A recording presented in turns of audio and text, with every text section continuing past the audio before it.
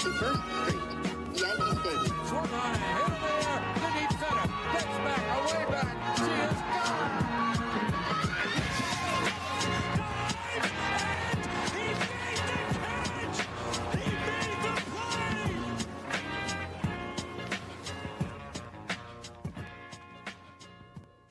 All right, welcome back to the Boys of 161st Street. This is episode 236. The Yankees are moving on to the ALCS. So, snaps. This is bad radio, but snaps. That's pretty fucking sick. Yankees winning 5 games against the Guardians. They end it with Gleyber doing the... Everybody in the audio only knows exactly what I'm doing right now. I'm rocking the baby right now, which I didn't honestly get the first time. Naylor was doing it. I didn't really. I was like, what is I it mean, doing? are we shocked? Are we shocked that Naylor was the one that's a giant like fake bitch No, on the Indians? I just didn't in the moment. I didn't really know exactly what he was doing. Where does Naylor rank most hated players wise? Because for me, he's top 2, top 3. He's up there. He put himself on par with Correa for me. We'll see what Altuve does in this Houston series, but right now, dude, you were losing. You were losing the game and started rocking the baby around the bases, and then you got fucked the rest of the series. He's batting a career 111 against Garrett Cole in his lifetime. Fuck off, buddy. Listen, if you don't want me to go in depth on Mr. fucking Naylor there. No, please do. Here's why I think he's one of the most hated is because he genuinely, like you said, isn't good. And he gained like 50 pounds. So I don't know what he's doing. Maybe he ate the baby, and that's why he's trying to. I don't know. But like, I didn't know if fat jokes were off limits or not. I mean, he just when he starts doing that, they are on the table. Everybody love everybody except for Josh Naylor. Everyone handled it on the Yankees absolutely perfectly. Like Cole in the press conference, like whatever, it's cute. Like I thought he handled it well, and then once you won, then you make fun of him. Question to you. I feel like this is relatively obvious, but there is a potential that it doesn't continue. Do you think it's a new thing that's going to move on, like the thumbs down, or because Cleveland's done, do they carry it into Houston? I'll tell you one thing, if Gleyber starts off tomorrow, hits a double leading off in the top of the first inning, and he's standing on second base, I can see it. I think they're going to do it because here's the thing. My thought as to why they wouldn't continue it is because it's not Cleveland anymore. Why carry that into the next year? It has nothing to do with Cleveland, Houston. But like the thumbs down had nothing to do with every other team after the Mets when that guy in the crowd just did the thumbs down. So I think it'd be silly to not. I mean, we've been looking for a thing, and they started doing like the 4 thing, but no one really knew what that was. They did the heart, and then they tried a bunch of different things, and none of them were really like cool or had a like actual purpose to do it. This is pretty. I would argue that if they continue this is better than the thumbs down because it's about a player that we hate so much, like Naylor, versus the guy who originated the other thing, which was just some guy in the crowd who was a Mets fan who was upset that we were winning. So I think they'd be silly not to continue this, and I'm looking forward to seeing Gleyber do. And I mean, I think that was them showing their hand. They didn't do that at all until they won and put them away. And Gleyber did it on the final out. That's top of mind. The very first thing he could do to celebrate in a regular time when somebody would celebrate is when you actually have beaten them, not when you're down like Naylor did. They did it. So I think that's obvious that they're going to continue to do it. So I hope they do. I hope they do. Fun. I'm telling you, I have not experienced sports happiness since the ALDS of 2019, and I am just on cloud 9 right now. That I did not, full disclosure, after they blew the game on Saturday, whenever they gave up 3 in the bottom of the 9th, that was sad. I didn't think we were going to win this series. And that's not me being a pessimistic fan. That's a culmination of your shortstop is they're booting play after play, and the management has shown an unwillingness to move him. And that's carried over, and it's clearly affecting him. And I didn't think they would move IKF out of short. That's a culmination of misusing your bullpen and Clay Holmes not being out there. And then parlayed with that is after the game, Clay Holmes, hey, why weren't you used? I don't know. I told him I was ready. And then Aaron Boone with No, I didn't think he was healthy. And then Gleyber Torres or Severino, excuse me, saying he's our closer. Why he's not there? It looked like the clubhouse was butting heads. Everything was falling apart. You blow a game. That's one of the most crushing losses we've had in the playoffs in recent memory. And then it felt to me at that point, it was like the entire negative half of the season just all came crashing down at once. And that may sound dramatic, but it's true. Like, these are all the things that as the year went on and we hit that giant skid, we're like, fuck, look at X, look at Y, look at Z. And X, Y, Z all happened in the same game on the biggest stage. And the fact that they responded to that and they came out and they won 2 games, one of them in Cleveland, one of them on a rain-delayed, funky-ass day game. That gives me so much confidence in this team. Way more than I've had. Coming into the season, it's no secret, I didn't think we would make the playoffs. Then we hit that hot streak. I was excited, but I was still cautiously optimistic. Then we hit the skid, and I was the hardest one on them. Then we finished And throughout all that, I never really bought in. The way they responded to that collapse makes me buy in. And you know where it started? It started with Cole. It started with Cole in game 1, and it started with Cole in game 4, because I was walking around all day on Sunday, not just worrying, but thinking that, like, this was the last game of the season. I went into the brewery that I used to work at, and the guy who used to be my manager is a big Dodgers fan, and they had just lost. And I was like, yeah, man, like, condolences. And he was like, thought I was joking, like, thought I was being a dick, and I really wasn't.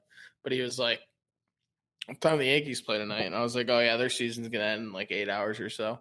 Like, I really thought it was over. And I mean, it's hard not to. It started. Cole came out and shoved it down their throat and gave it life. And ICAF didn't start it short, which is also kind of cool. Yeah. But yeah, now I feel as good as I have all year. Yeah, it's hard. It's hard not Even though we're going to feel. Quiet. I know we'll get there. We're going to talk about that in a sec. We'll preview that, but it's hard not to feel down when you had all the things that were happening. I mean, it did look sloppy at a point, and I don't want to make this episode all about the bad, because there's a lot of good to talk about, and then we're going to get into the Goliath that we are going into right now. I mean, the Yankees are as we're recording this on Tuesday night, the Yankees are probably on a plane right now. That's a pretty short celebration. So, just I guess some bad things that I wanted to talk about that it's a little worried about. They're a little worrisome going into the next series is, well, I guess start with the good. Bob Costas will not be announcing the next series, which is a very good thing. Who was it, Murph, that's going to be announcing this next series?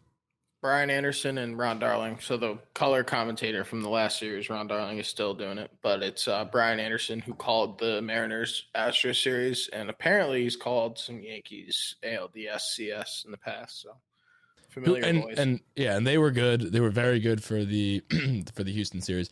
So we could do a little bit of a comp between some of the calls for the home runs, but like, as you know, if you were watching the games, Bob Costas was so just depressing. And like, just one thing that I want to point out that he said at the end of the game, just as a microcosm for everything that he said.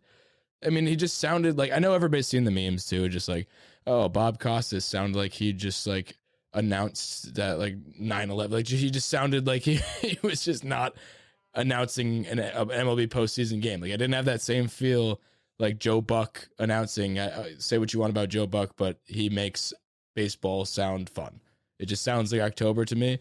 But the one thing that he said that would just kind of it was like the cherry on top of just a terrible series of announcing for what's his name? I don't care about his name. Bob Costas.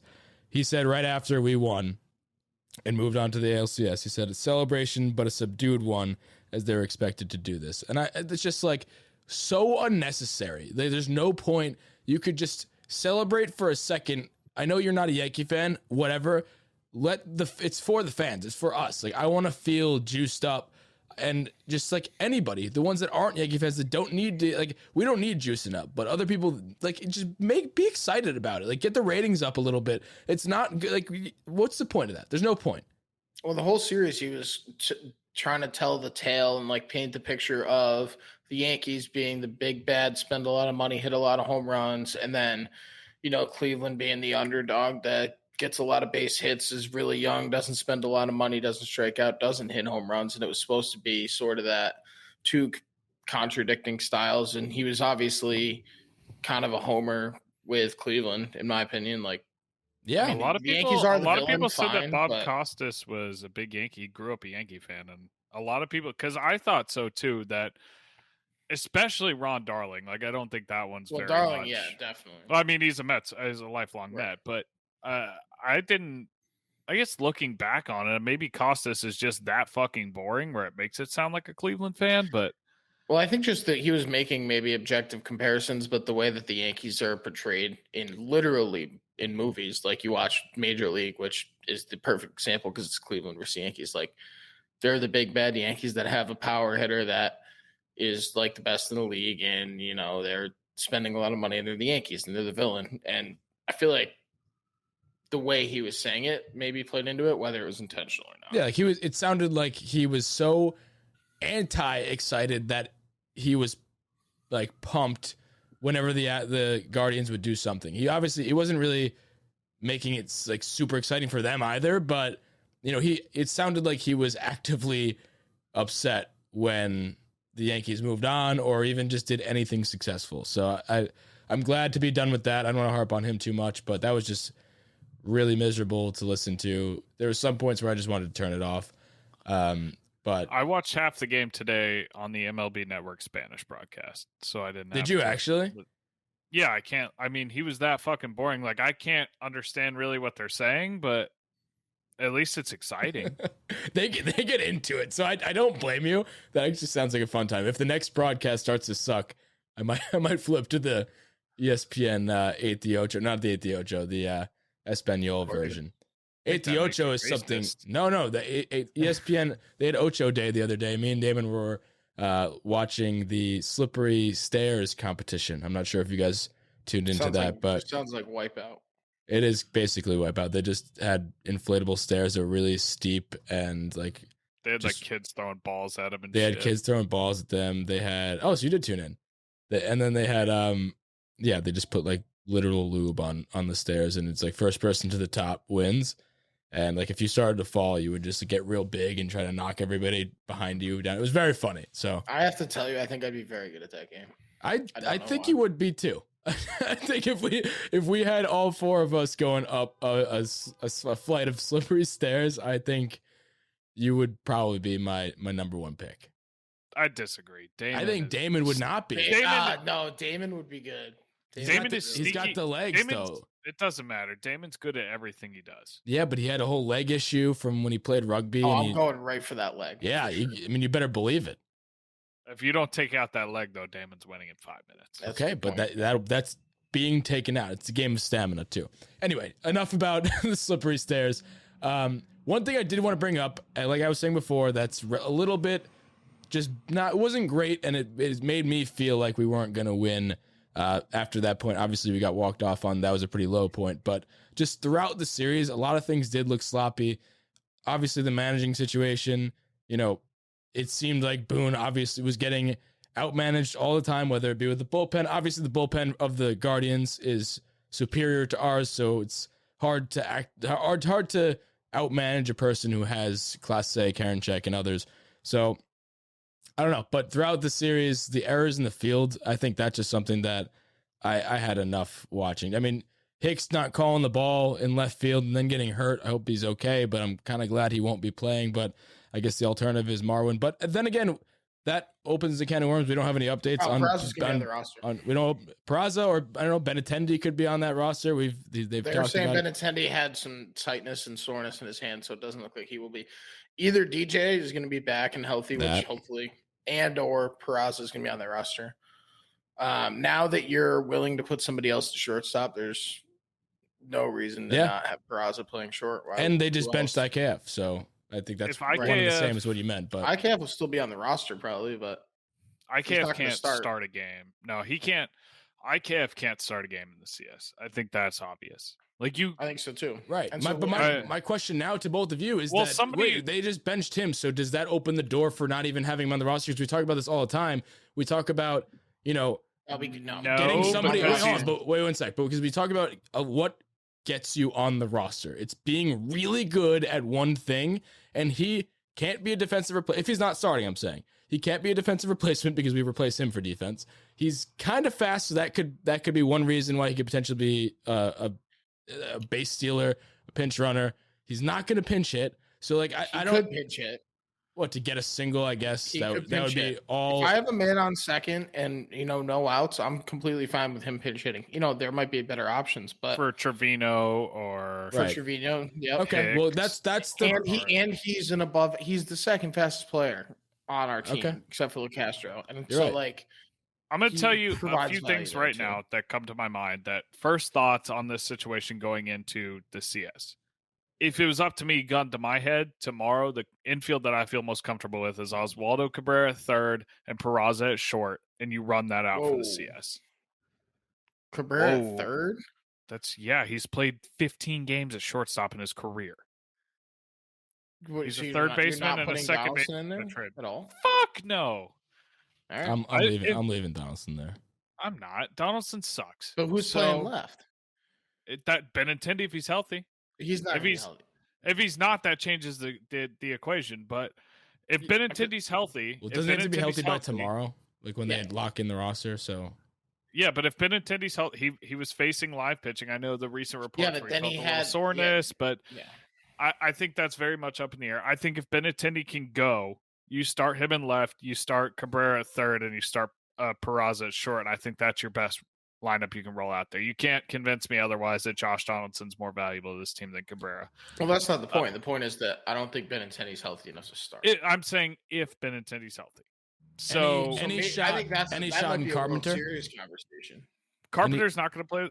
Carpenter's shot? not going to play the field. If he was going to play the field, he would have played the field tonight when Hicks went down. No, I mean Now- DH. I mean DHing. Is there any shot we No. can shake up the lineup and get him in there? Because Who I would like says that he to does happen. not anticipate No. Benintendi to So- be on the roster for the ALCS? He Just does shame. so we not? he does not. According Okay. to the guy from SMY and this other guy from Toe in the Slab. Okay, so in that Somehow case, he's I hurt think then. you put Cabrera in left. I think you have to put Peraza at short. If you're not willing to, somebody tweeted out there. I sent it to you guys. I don't remember. I think it was Johnny's Lasagna on Twitter. So if the Yankees are not willing to put, if they're willing to put Marwin Gonzalez in over IKF at short, whenever he went down, that's so telling, and he was so right. If you're willing to put Marwin Gonzalez in an elimination game that at this point is still relatively close in the game before you trust IKF at short, you have no reason to keep Peraza off that roster. And you have honestly, you have no reason not to start him because what he brings you, his floor defensively is IKF ceiling. Peraza is a damn good shortstop and he proved he can hit. And if he doesn't hit, then so what? Then he's just IKF. He's IKF who can field. Yeah, I know people are like, oh, he's the leading hitter. He's hitting 273 in this series. Like, I don't really care. Like, if you hit 273, but you make 2 game losing or whole game momentum shifting errors, and you're batting 273 with a couple bloop singles, you're not really that valuable to me. I would rather take, and I think the Yankees proved that too, and it took until elimination game to show it. They would rather take solid defense at shortstop, a guy that's not going to cost them games, and a bat that's inexperienced, unproven, over a guy that he did hit a home run, but all in all, his series was pretty bad. Like, Yeah, no. Cabrera was not, he struggled at the plate. He was up there with Judge and strikeouts. He had that one home run and the rest was all kind of but he played a really solid shortstop. He made that one play today, which Glaber ran in front of him, and should he have made the play? Probably. At least got a glove on it and made it competitive. But Are you talking about the Hicks thing or? no. I'm talking about the ground ball up the middle. Glaber cut him off, and it hit off the heel of his glove, and it was a fast runner. I think it was Jimenez, and he didn't make the play. Whatever. I know Bob Costas and Ron Darling were all over it, like, whoa, you put a fucking rookie at shortstop. Like, no, fuck you. That's a difficult play for whoever's there. IKF kicks that ball into the stands. Guardians had a rookie at shortstop. Oh no, they Well, didn't. I don't know. I've just heard so much today. I was watching MLB Central, Brian Kenny. So, I mean, I've been a big Brian Kenny fan before today. him shitting on Judge and Cabrera and all over MLB. They were shitting on What did he putting say? Cabrera there. They were just like, you're really going to swap that out for the unknown and Cabrera? I wouldn't do that. Like, IKF's been solid. I was like, obviously you don't watch the Yankees. Like, you can What look did he at say about Judge? Brian Kinney. He was like, He's had a terrible series. He was like, I've never seen Aaron Judge look like this. He looks completely lost. Like, okay, leave it at that. But it was he guest starred on Chris Russo's show, like High Heat. Yeah. And he was like, they're like, okay, like dog. It's like, okay, one, shut the fuck up. You're a grown man calling this guy dog repeatedly. And he was like, Aaron Judge is like 1 for 12 with like 10 Ks. He was like, I've never seen him look like this. Like the postseason's too big for him, blah, blah, blah, blah, blah. And then he went on to MLB, not Central, whatever the next show is. And he spent the entire hour block just like, I have never seen Aaron Judge look this lost. He's never looked this bad. I was like, dude, it's been 12 at bats. It's been 12 at bats. Though, because obviously we know the postseason isn't too big of a moment for Judge, and that's not the problem. But at the same token, what I think happened is that when he was going for this streak towards the end of the season, teams were kind of pitching around him, being careful to him, and he had that approach. And then all of a sudden Cleveland went and attacked him, and he hadn't faced that kind of pitching that was going after him in that way in a while. And I think that it's just, I don't know, changed up his approach maybe. So what's your level of concern? Because I agree. I think that difference I don't think it's in what long for him to get back into that groove. And that I'm curious to see what Houston's going to do, because they clearly watched that series and are scouting that series down to every pitch. And so they're going to come after him too. There's no way they won't. Which I think it takes a series to get used to that. I feel like after the end of the regular season.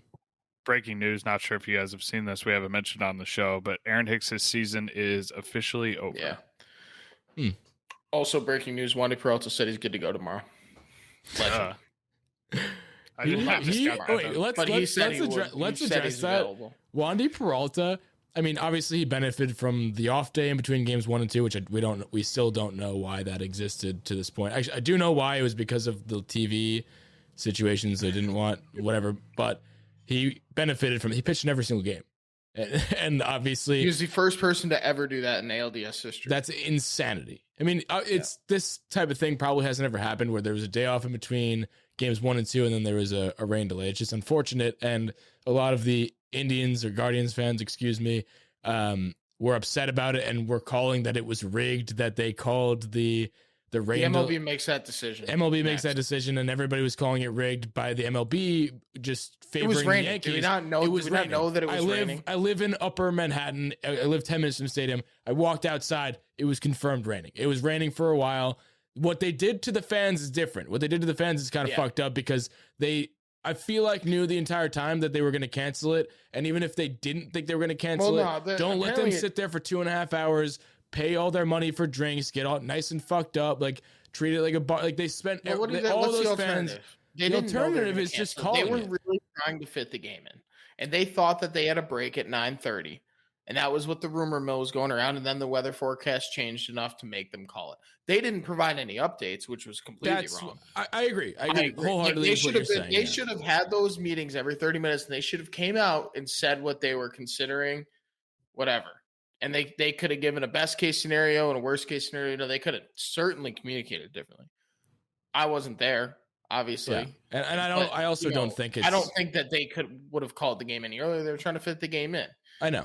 And they were trying to fit it in more so because of the ALCS starting tomorrow, and they had winner, regardless of who it was, would have to go all the way to Houston from New York. So all those things. I know they weren't maliciously trying to steal money from the fans and get them to get that extra 4 beers like on a random day, and then it just sucks. And then it pay for Aaron Judge's last year on the contract. And then it bled into the next day too, because like then those people who had tickets to last night, which by the way, we were trying to hawk tickets. Damon found a ticket for it was up for a brief second of $47 because people were trying to dump them because they didn't want to go into a game in the rain, which would have worked out nicely because then you get tickets guaranteed for tomorrow, even if it did get canceled, which it did. But then, then the next day we see the videos of nobody at the stadium. Luckily it filled out because people started to go probably after they got out of work. But I was sitting there at 2, 3 o'clock trying to snipe tickets because I figured people who had tickets yesterday could not refund it. So they were going to have to dump it. People listening to this podcast are probably were trying to dump it as well. And then it seemed like everybody ended up going, but it was kind of annoying at first. I'm glad it filled out because what if nobody could just go? Because it's a shitty start time. And then like home field's gone. Home field advantage is not a thing anymore because they call the game. It gets pushed over to tomorrow at 4 o'clock. And I get it. I get every reason why they can't do it later because they literally have to be in Houston tomorrow. But just an unfortunate situation.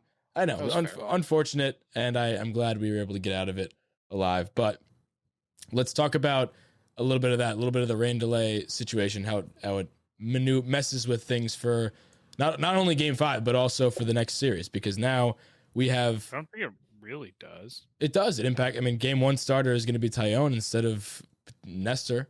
So that sucks. I mean, obviously it's good that we got the win. We needed to do it. We needed to have Nestor go. But now we have Tyone against Verlander. Like, we celebrate for 5 minutes right now, but the elephant in the room right now is that the Houston Astros are a very good baseball team, and we have the Cy Young going against not the Cy Young and Jameson Tyone to attack bullpen and Wandy Peralta. Like we said, we just celebrated Wandy Peralta for going every single game. He went every single game. There's also a bad side to that. Like, we now have attacked Wandy Peralta, who said he can go, and now we had Garrett Cole, which was awesome when I saw him warming up in the bullpen to close out the game. That would have been fucking cool. He didn't need to go, so I'm happy about that. Now we get a more well-rested Cole going into the next series, but it does impact that, and I'm not excited about it. If you listen to, I think it was Harold Reynolds today on MLB Network, was talking about this is baseball. From fucking March until October, you play every single day. You get one off day a month. You can figure it out. That's what they've done to get to this point. That's what they'll do to get forward. Steal one game in Houston. Was it 2-3-2? Steal one game in Houston. You got Tyone game 1. I hate that. I hate that we're already saying steal. No. I know why you're saying That's it. That's how it goes anyway. I know. Anytime you're on the road, you steal one. Steal one game in Houston, then you got Sevy, Cole, Nestor going in the next 3. Is that the next 3? Yes. Yeah. Yeah. But then we also have to play Thursday too. And then I think, right, there's a travel day on Friday, or am I wrong there?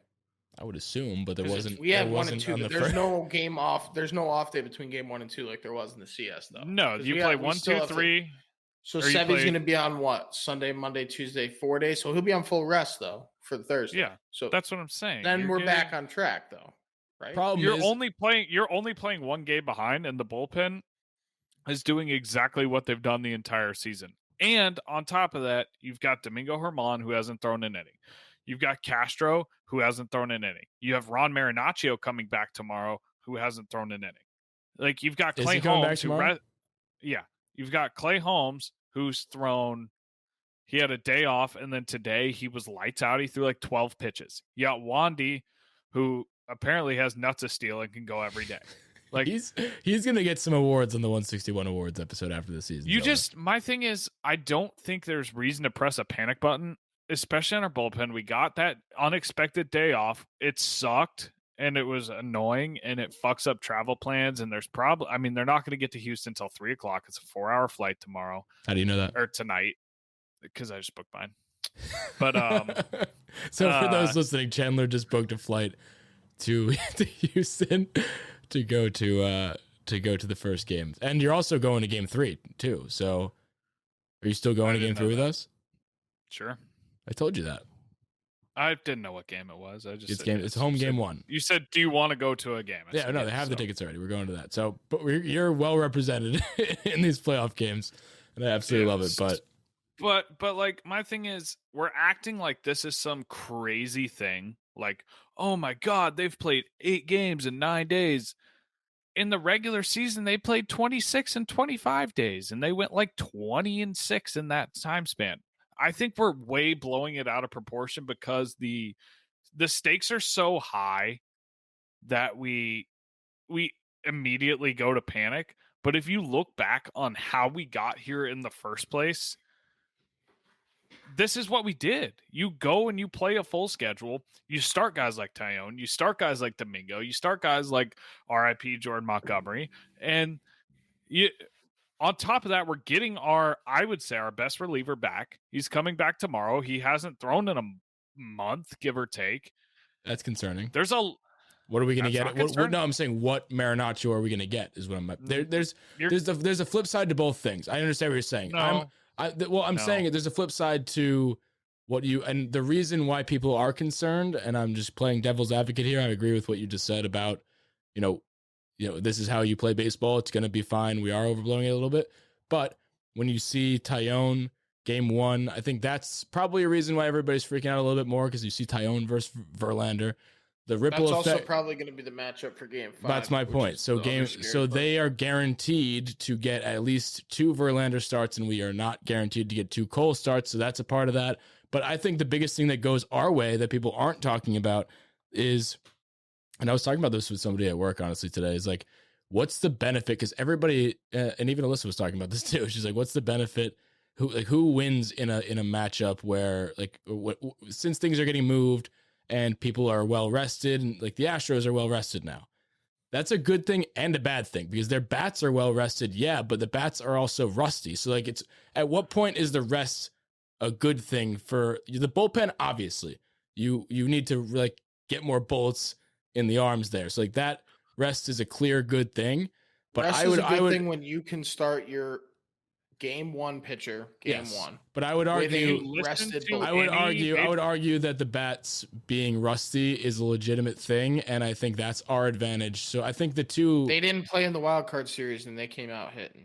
If you listen to major league hitters, listen to any major league hitter. I think I was listening to Jim Tomei today. I think that's who it was.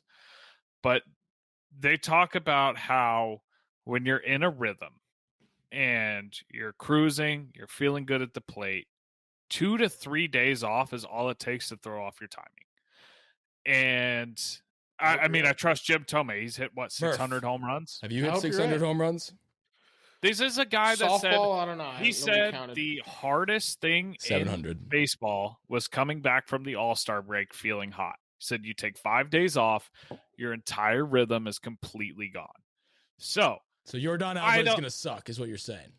No, I don't know how much I buy into that. Like, I'm not sitting here telling you the Astros are going to average 1 run a game and all this, but I'm just saying, I think a lot of the narratives that Yankees fans at least are working themselves up over, like, we're all panicking because, oh my God, Tyone's starting Game 1. Tyone's a major league pitcher. This dude battled fucking testicular cancer and 2 Tommy Johns. He can handle a group of cheating fucks. Yeah, I'm not confident about it, and that's. I am. He's not gonna. I don't think he's gonna give me. There is a world where he's not gonna give well. me 9 shutout. He's not gonna give me 9 shutout. If he gives me 5 innings and 2 to 3 runs, I'm happy. I'm so happy. Yeah, Tyone does that. Then you give me Severino, who I've argued is the most naturally talented pitcher on this roster. Then you go Garrett Cole. He just slapped his dick on the fucking whole entire city of Cleveland. Then you got Nestor, who did it again today. Like, there isn't that much panic about. This is a normal baseball series to me. Don't factor in all these outside things that people are working themselves up over. Look at this from Astros versus Yankees. Look at their rotation versus our rotation, our lineup versus their lineup, their bullpen versus our bullpen, and see what happens. Now, that being said, do I think they have a better team overall? I do. But it's a playoff series. Anything can happen. I don't think all these extracurriculars that people are freaking out over have any bearing on it, though. No, I'm with you. I think games 2 and 3 are the biggest games in dictating how the series is going to go. I think that Game 1, you can kind of give the Yankees a little bit of a pass to lose that game. Like, if they lose that game, it's not the end of the world, because Tyone's going against Verlander. You just played 5-game series and then had to turn around and go to Houston that night, whatever. All of those extracurriculars, those are valid excuses for one game. Because Game 2, you have fully rested Severino going out there, who, like you said, is, in my opinion, also maybe not the most talented. I still think it's Garrett Cole, but I'm as confident in him as anybody going out in any game, whether it's Game 1, 2, or 3, but he's going to roll out in Game 2. Then you have an off day, and that's your reset. And then you have Garrett Cole, who you need to make the most out of, because if he's going to throw again, it's going to be Game 7 on 3 days rest. So those 2 games, if we win this series, we absolutely have to win Games 2 and 3. There's no question about it. The biggest thing that sways this series, really and truly, If you want to win this series, you win it based on the roster moves you make tonight. It doesn't matter. The pitching matchups matter, but they don't matter that much. Well, you don't have a lot of- you don't have- No. No, Let me I'm saying finish. they're not going What to do you- change. Yeah, Yeah, What there's nothing you you can do do- about they're it. locked in. What you do with shortstop, left field, these little things, the little things are what's going to win a game, what's going to win a series against the Astros. We played the Astros what, 2, 3, they've knocked us out 2 of the last like 4 or 5 years, 3 of the last 6, something like that. They knocked us out 15, 17, 19. 15, 17, 19. So yeah. that's 3 of the last 6 years they've knocked us out. It's the little things that win you series. If you're rolling, and I know Aaron Hicks is hurt, but I'm using this as an example. You're rolling out a guy that's loafing the balls to left field to save face. You're rolling out IKF at shortstop because he's been there, and you think that quote unquote experience, and this is your guy, matters. You're going to lose this series. You need to go do things. Peraza needs to make this roster, and he needs to start at shortstop. That is a must. If you want to win this series, put egos aside, put everything aside. Oswald Peraza is the best shortstop on the 40-man roster right now, aside from maybe Anthony Volpe, and we haven't seen him at the major league level. Oswald Peraza, if you want to win this series, has to start shortstop all 5, 6, 7 games. That's a must. Left field, you need to put Cabrera out there. You need to play the guys that give you the best chance to win. You can't give me excuses on egos or feelings or anything like that. If you're serious about winning it this year, and I think if there's ever a year that they're going to, it has to be this year with Brian Cashman in a contract year. With the way that they faltered towards the end, I think with Judge's contract looming, this is the year that Brian Cashman has to swallow his pride and do it. And I think that we saw that with Cabrera starting at short in all the do-or-die games. And I think, at least in my mind, that's a sign of the tide shifting towards, hey, we're going to do what we need to do to win. We're not good enough to beat these teams without playing our best players. They thought they could get away with it because they did for so long. They did until July. They got away with not playing necessarily the best lineup because, and I stick by this, that you had a lot of young bullpen arms against people that didn't get a full spring training. You don't have tape on them, and they're not in their rhythm. So you squeaked by. Now you're to the point where you have to play your best players, and you can't get away with it not. And there's such a glaring difference between it. That's what this comes down to. If you play the guys that deserve to play and that need to play, I think you can win this series. And I think you can win it. I think you can win it handedly. Like I'm not saying you're going to sweep them. I'm not saying you're going to sweep them, but I think you can make a statement. I think our pitching staff matches up with them just fine. I think our bullpen matches up with them better. And I think our lineup is hand in hand. If you go out there and play the guys you need to play, there's no reason to think you can't win this in 5 or 6 games. Right, but and agreed wholehearted with everything. It's just those are correct. Those are the moves that need to be made because it'll put them over the top. And mainly what me and Murph were saying before you, when we were interjecting, was just saying there's only so much you can control with the other moves, and that's why these moves are the moves that are going to make or break, and because they're going to make the difference. Because, like we mentioned, and Murph, you laid out the roadmap for when the pitchers are going to go and how much they're going to go. That's it. Like that's what we have. That's what we're going to use. It's just how are those guys going to pitch, and that's fine. You could talk about like like Marinaccio being an X factor, and he's on that list of people that you're mentioning there, Murph or Chandler. It's just like the pitching and all that. The pitching path to victory is not going to change. It's these extra little things too that are going to put us over the top, and I agree. So here's one thing that the that does Houston, matter. It does, but that Houston and Seattle series was the least lopsided sweep I've ever seen in my entire life. I really thought that Seattle was the better team for, say, well, they went into like deep extras. So say, they were the better team for the majority of all 3 games. 36 innings they played or something with the extras. They were the better team for at least like 30 of those innings. No, they beat the Astros for the first 7 innings in game 1 and game 2. And then the last one was a toss-up. So I totally agree. Yeah. I don't know. So they're at least beatable, is my point. They are beatable. If Seattle can do that, and Seattle can chink their armor like that, then we could theoretically too. I know Seattle's need to get out of our own fucking head. Yeah, if the Yankees can sack the fuck up and they can go out there and do the things they need to do, like we've all said, and I think you're downplaying the pitching a little bit, Luke. I think that the way that Clay Holmes was not used and Clark Schmidt was, that is proof in its own that they're not necessarily using the bullpen correctly. The usage, I wasn't saying the usage. The usage needs to be fixed too. I was just saying the starters and how much these guys are going to be able to go, they're already on the roster. How you're using them is different. I was saying in terms of roster construction. What if Montas makes it? I would be very happy if he did. And those who are saying not. No, I'm saying, what do you do? Do you start him or do you put him out of the bullpen? Bullpen. He would probably. I mean, here's the thing. A lot of the people are a little bit tired coming out of, like, you might have to do. I mean, whenever Nestor goes, because he went so much, like, he might be piggybacking.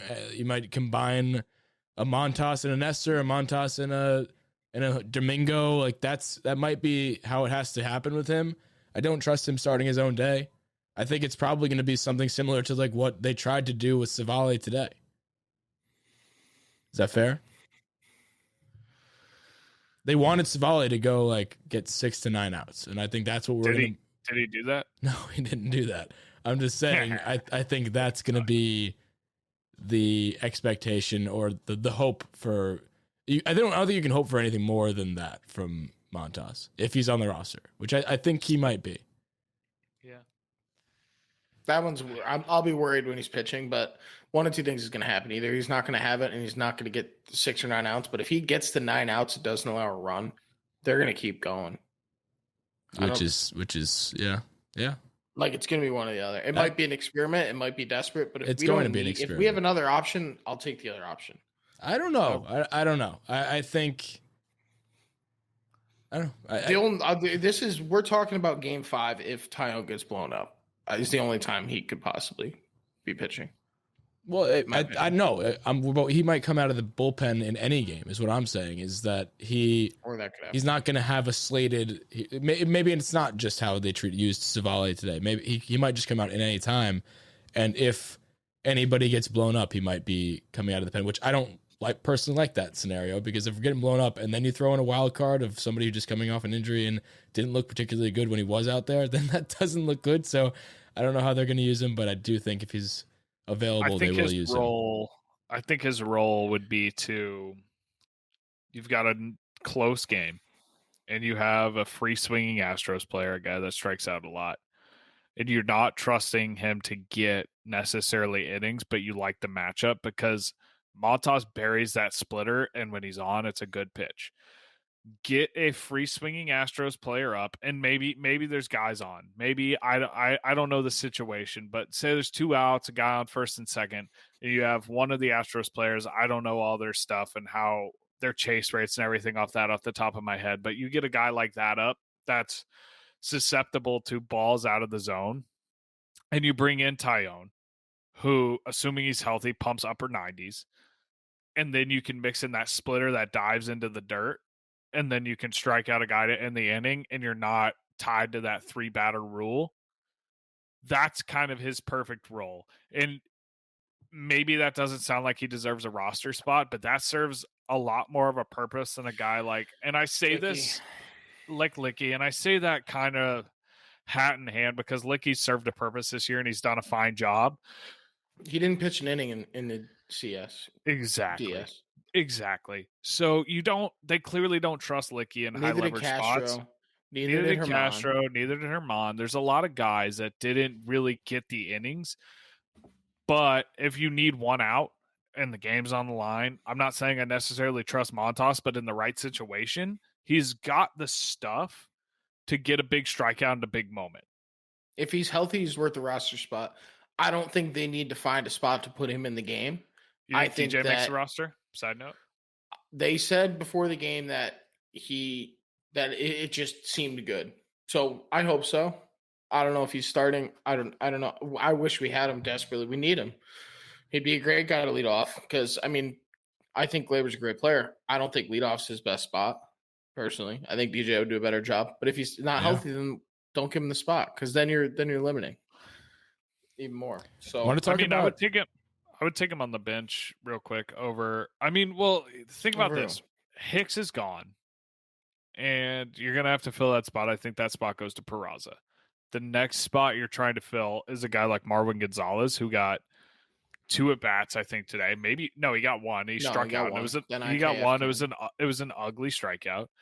You can easily replace Marwin. If you want to replace Marwin, you replace him with 80% DJ, and he's exponentially better. So if DJ can hit even an inkling, if he can drive his back foot enough with that toe injury to slap singles, he's already way more effective than Marwin. But he's going to be a pinch hitter in that situation, which is okay. And that's but then fine. You have 2 That's guys fine. on the bench that are only pinch hitters that really can't do anything else. You have one guy that's a catcher. DJ can play defense. He can play first. He can play third. That's the problem with his foot, though. I'm saying if he's play, as compromised as they say the he is. Ball. You can catch the. He can't run. That's the thing. Same way Carpenter can't run. Carpenter's not, you don't want Carpenter in the field anyway. They're saying Stanton's going to be in left before Carpenter. Have a position before that. DJ plays the position well. Yeah, Like Carpenter never had a position that he was a Gold Glover or even an average defender at. He wasn't even a replacement level player. DJ is a above average fielder at 3 positions, first, second, and third. You can find a place to play him even if he can't run. If he can shift to his left and his right 3 steps and he's healthy enough to do that, I think you got to put him on the roster.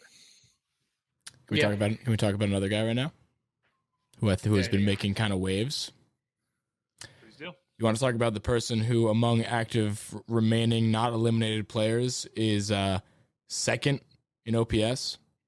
You want to talk about a guy who among remaining active players is tied for first in home runs in the postseason? You talking Bader? Also, I'm pretty sure Bryce Harper just broke that record, like literally 5 minutes ago. I'm saying tied because he had 3 before the ALCS. That's the NLCS home run. So with the same amount of games, actually he has less games to do it because the Phillies had a wild card. Harrison Bader was a impact bat, and that's not necessarily what we got Harrison Bader to do. We got him to be that center fielder, which is now even all that much more important with Hicks getting injured now. But like, where are we at with 2 outfield positions? We'd probably be forcing like Stanton to play the outfield, which I don't think would be the worst thing in the world. But outside of that, we would be in a sticky wicket if we didn't have Harrison Bader. And I don't think Jordan Montgomery would ever have pitched because he would be pitching tomorrow for sure over Tyone. Yeah, but Bader's still worth it. I think it's up for debate. Yeah. And then I don't, how much more do you get out of Montgomery over Tyone versus what you're getting out of Bader now? And I think we're seeing we don't win that series without Bader. He had 3 home runs. 3 home runs. I mean, that's more home runs than Yordan. Yeah. More home runs than Yordan Alvarez. He runs the bases well. He also walked, 3 times today? Runs the bases well, gets on base. I think he walked 3 times today. At least twice. But yeah, man. I mean, it's just crazy. Speaking of thing, that's October. It's like a Brocious guy, like that kind of thing. Like you're never gonna any team that has won a World Series, who has made a good run, that kind of thing, gets it from unexpected places, and he's the perfect fit for that. And even if his bat isn't working, he's worth a spot in the lineup to play center field. But I felt like he or Cabrera was going to show up in a big way in this previous series, and he did. Hopefully they both show up in the CS. But so I'm reading Andy Martino's thread right now, and apologies if this is a little off topic, but I thought it was relevant. He says that even if Hicks is healthy, which we've learned now that he's not, Peraza is a pretty interesting option on the roster. Even if DJ LeMahieu makes it, he thinks that Peraza will make it. So now that Hicks is gone, I think Peraza is almost a virtual lock. Tyone starts game 1. We knew that. Andrew Benintendi will not be on the roster. Marinaccio, Montas, and DJ LeMahieu, a decision will all be coming within the next few hours. Aroldis Chapman officially off. And those are all the roster updates we have. So, I mean, a lot of the never going to be on this roster. A lot of that is expected, but now we have official word. So, and also, I think Aaron Judge is just kind of being a dick. He kissed the Yankee logo today, And then he said he felt inspired by watching soccer, and he was like, "Yeah, I was just feeling homey. Like it meant nothing." He's like, "All right, He just fucking with people. tease us." No, don't tease And me. I was talking about this with Murph before. I guess we're done talking about Bader now. But Bader, great pickup. Very happy about it. I'm expecting similar things to come because when you get hot, you stay hot in playoffs, and maybe just maybe move Bader to the leadoff spot. I don't know.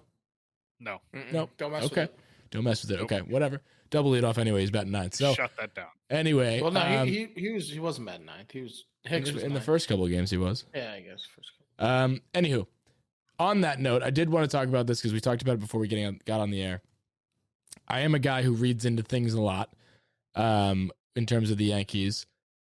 I think there's some teeth here. I think that meant something. And I know he's fucking with people after the fact about saying, I was feeling inspired. I actually think him saying he's feeling inspired and fucking with us is more reassuring to me that it meant something because he's fucking with us and he's trying to play games and it's funny and it's like, like, I don't know. I don't think he plays games though. I think He's been that's fucking the with us point. for That's why I months. think he's more so locked in because I don't think he would be fucking with us. That's mean. I think if he was fucking with us and he was planning on leaving, I don't think he's the type of person that would do He's that. planning on. I really genuinely believe that he's not even remotely worried about his contract right now. I think That's my point. That's my point. He's media because that's what He you're supposed shows to up say to the every media. day. But yeah, Every big game where the cameras are on him, he wears a New York or nothing shirt or New York or nowhere shirt. he acts like he already is signed, He and he's knows the cameras are on him. He knows the cameras on him. He looked the camera dead in the eyes and kissed the New York fucking Yankees logo. He knows what he's doing. He is fucking with us one way or the other. It's either like a ha ha ha, or it's like a you better fucking re-sign me, or it's a I'm signing here It's kind that. of ordeal. It's either I'm signing here or don't fuck me over because I want to be here. There's That's- no or That's maybe what it or is. maybe it's just something that's supposed to get people to debate what it's about. No, he No, wouldn't it's do not. that. I don't He's think he would not do the that. guy. He's not the guy to drum up publicity. And you learn that He in his looked contract. like you just No, said. no, He no, looked no, at the no, camera no, in no, the no, eye no, and no, did no. that. What do you Stop, think is stop, going to stop. happen? You saw what he did in the offseason last year. He didn't say a goddamn word about his contract. The only person that No. leaked it was Brian Cashman. And we all know Brian Cashman's a motherfucker. And that was proven this morning after the rain delay video got out of him calling all of the Yankees fans customers. Fuck you for that. We haven't even talked about that. But Brian Cashman aired their dirty laundry, and that's whatever. And nothing that got ugly about that whole thing had anything to do with Aaron Judge. He is not the guy to drum up shit just for the hell of it. I really truly believe that this is either I want to be in New York, here's me expressing it, let's get it done, or So I what- intend on yeah, why- staying here. Yeah, I agree. That's Well, what it made it sound like you were trying to saying he's No. trying to piss us off. No. When you said he was fucking with us, that's what I thought you were saying. So he was trying to piss us If off. he No. doesn't come back to the Yankees, it is at fault of the Yankees for not bringing him back Yes. because this is him saying, I'm going to be here barring a ridiculous low ball that the Yankees don't offer me. And I don't see that happening. I think they'd be silly. Bleacher Report. Barring something ridiculously like an implosion, he will be a Yankee. I think this confirmed it. Sorry about it. Did you see the 2 or 3 things I sent you guys? Bleacher Report had him going to the Giants, and then the Dodgers are reportedly heavy players. Apparently, Did see according They're to gonna get sources Ohtani.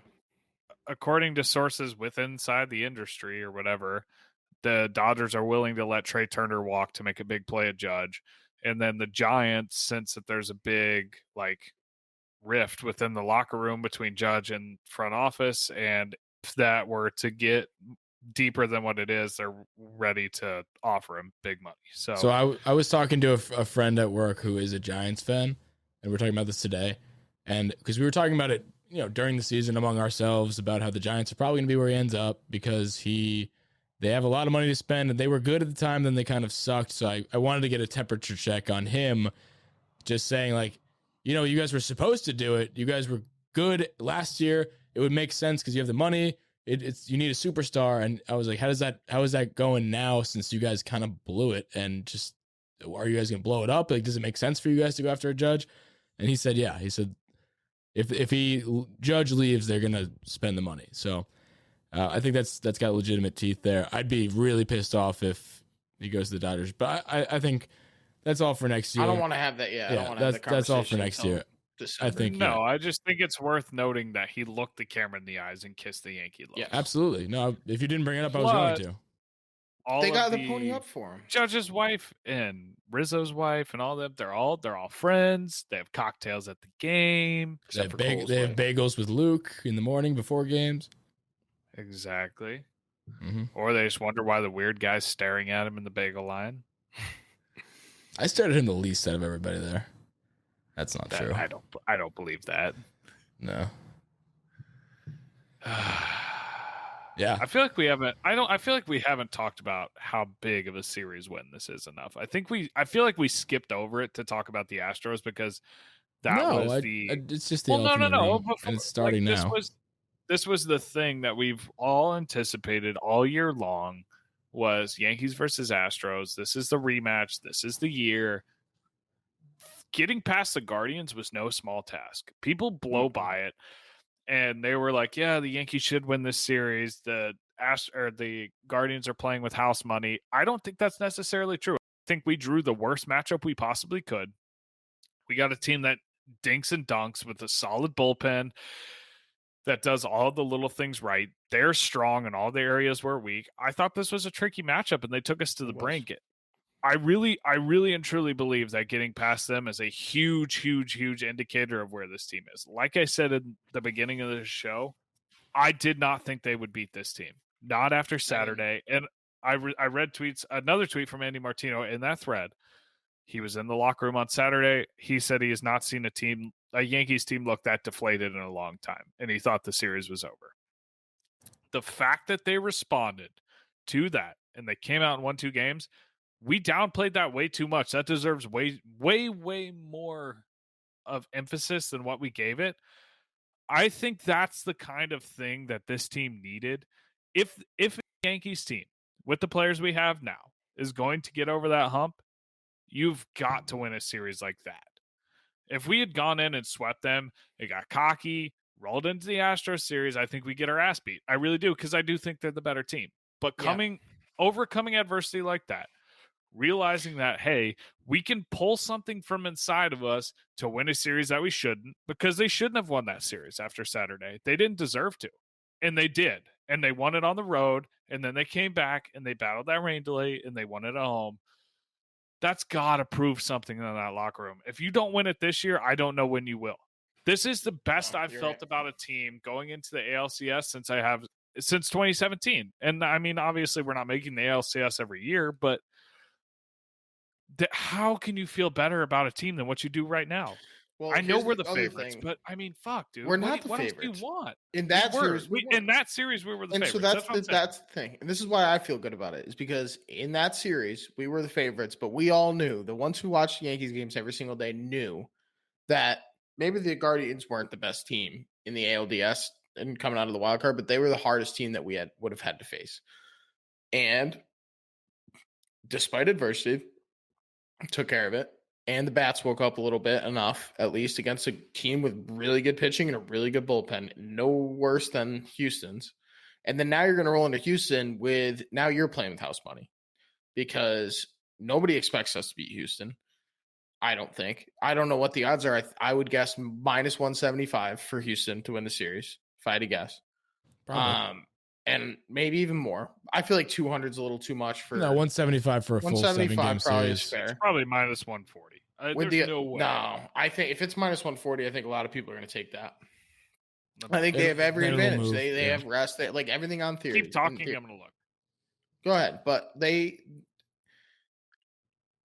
Yeah, I don't know. I feel really good about it because we got by Cleveland in the way that makes me confident about it. Yeah, and I think the way they bounce back, we can lose game 1, but then it's 2-3-2.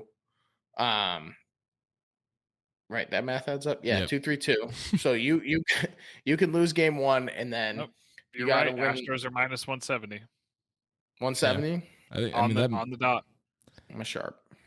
Yeah, he's a sharp. I promise I didn't look that up. But I agree. I think the way that we beat them is more. It feels good. It feels better. I'm more confident because of it.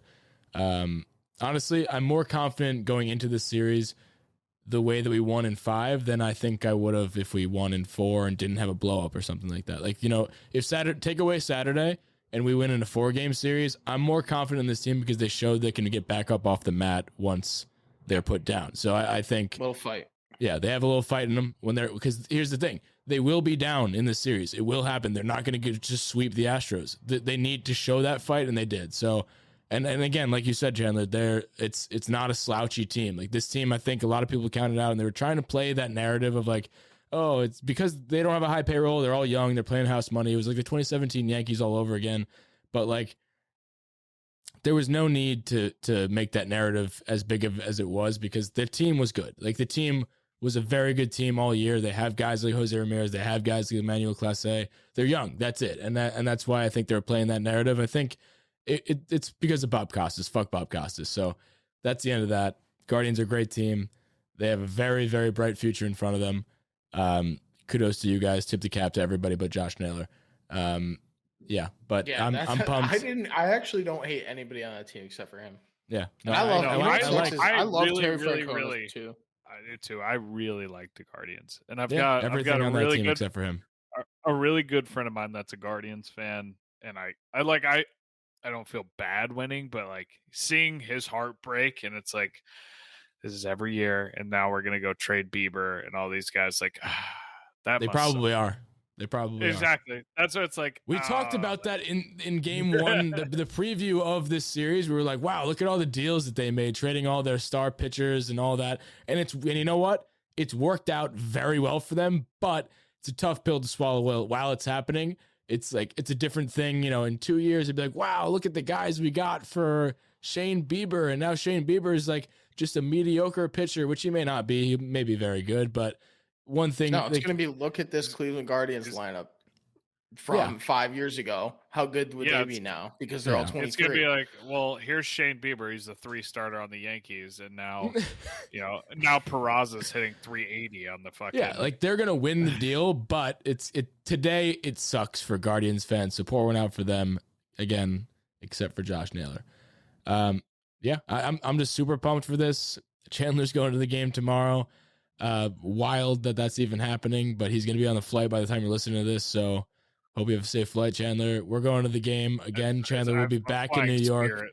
Spirit, he's flying Spirit. So not going to be, he's going to be swimming all the way to Houston. I know it's, so he'll be back in New York and then we'll go to game 3 again.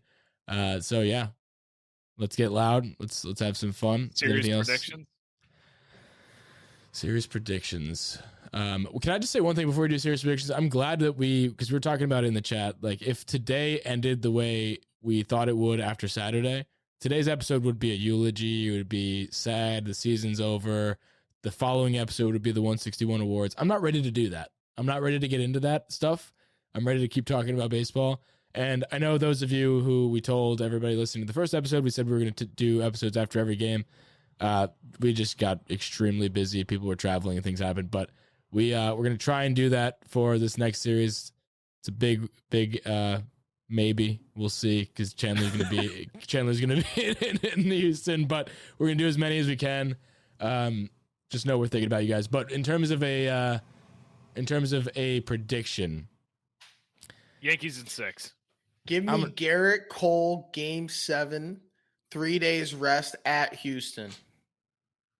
Yeah, I'm not gonna go 6, but I'm feeling good. I think we're gonna go 7. I think tonight, I think they're freaking out. I think they're happy about tonight, but I think their eyes were always set on Houston. Although I know they weren't overlooking the Guardians, but their eyes were always set on Houston. Everybody knew Houston was gonna move on and steamroll whatever team was in their way. Albeit the Mariners were good and they did put up a fight. I'm not saying that, but this is what everybody expected. We either get a rematch of 2009 or a rematch of 96, 98. 2009 against Philly or against the Padres. Padres 98. That'd be cool. And here's the thing. I think whoever wins this series has a considerable advantage over the NL team coming out of there. So I'm feeling good. I think we have a shot here. Let's not fuck it up. I think 7 games. I think Yankees in 7. I think Yankees in 6. We're gonna shock the nation. I hope so. I think we're gonna win game 1 tomorrow. Cool. Or It was get out 98. I feel smart again. Sorry. There you go. I feel good. I feel way better about this series than I should. I don't think you should I'm feel ready to get hurt again. Yeah, I am too. I don't think that's fair to say. Can you believe this is the first postseason series we've won in 3 years?